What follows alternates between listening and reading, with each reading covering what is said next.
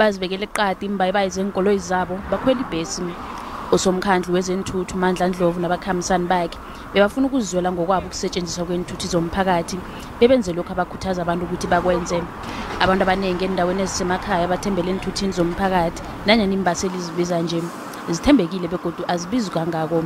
It is very reliable because since mfana esikolo I cannot afford much other transports. I can tell you the public transport is very reliable, and especially the buses, they are very reliable to us. Ikampani yembhesi ibhasco ithi ukuphepha kwabakhweli bayo ngikho kuqhakatheke khulu. Ikampani le ikhweza abakhweli abangaphezulu kwama250 ngelanga. It's not just about sitting and traveling. It is the comfort, and we look at the needs of our passengers because we know they knock off late and they start in the morning.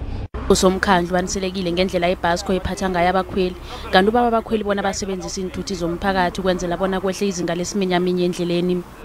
Every day is transport month. I indicated that there is a relationship between passengers and our buses. We want to make sure that that relationship is strengthened. Kanti umnyango lo uthembisa ukulungisa indlela esifundeni esisoke ekuyinto abanikazi beenthuthi abalile ngayo.